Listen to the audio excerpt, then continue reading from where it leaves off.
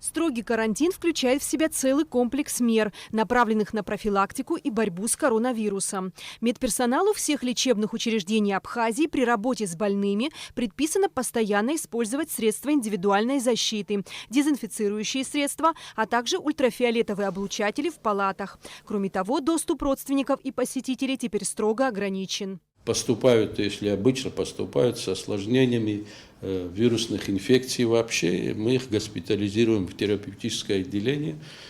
Отделение у нас оснащено необходимыми противовирусными препаратами, антибактериальными препаратами и необходимым количеством растворов для инфузий. Маски – это средства индивидуальной защиты для персонала и так далее, но это тоже в недостаточном количестве. Карантин объявляется в лечебных учреждениях, строгое посещение только для больных и по пропускам, и меры профилактики, с кем контактируется наш персонал, маски, бахилы. Как отмечают в Минздраве Абхазии, ведомство совместно с Абхазфармацией снабжает государственные лечебные учреждения медикаментами и тест-полосками для определения коронавируса. В данном приказе также отмечается следующее. То есть, как только выявляются подобные случаи, во всех лечебных учреждениях главврачами назначены ответственные люди, ответственные лица, которые будут информировать как и нас, так и в первую очередь санэпидемслужбу.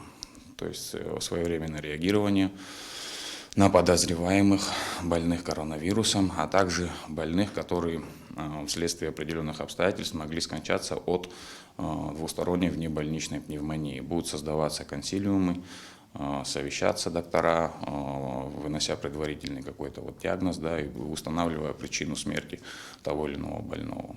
Что касается запрета на проведение массовых мероприятий в Абхазии, то теперь они будут проводиться только после согласования с Министерством здравоохранения и с учетом рекомендаций главного врача республики. Сегодня премьер-министр Республики Абхазия, исполняющий обязанности президента республики Валерий Мшухович Пганба, проводил совещание с участием министерств и ведомств. И мы, Министерство просвещения, участвовали в совещании, где были рекомендованы Министерством здравоохранения по всем направлениям, и нам, Министерству просвещения, было рекомендовано не проводить массовые мероприятия, концерты или другие спортивные мероприятия. Но пришли к выводу, что если эти мероприятия внутри республиканские, без привлечения извне, из других республик, то с разрешения Министерства здравоохранения имеем право проводить.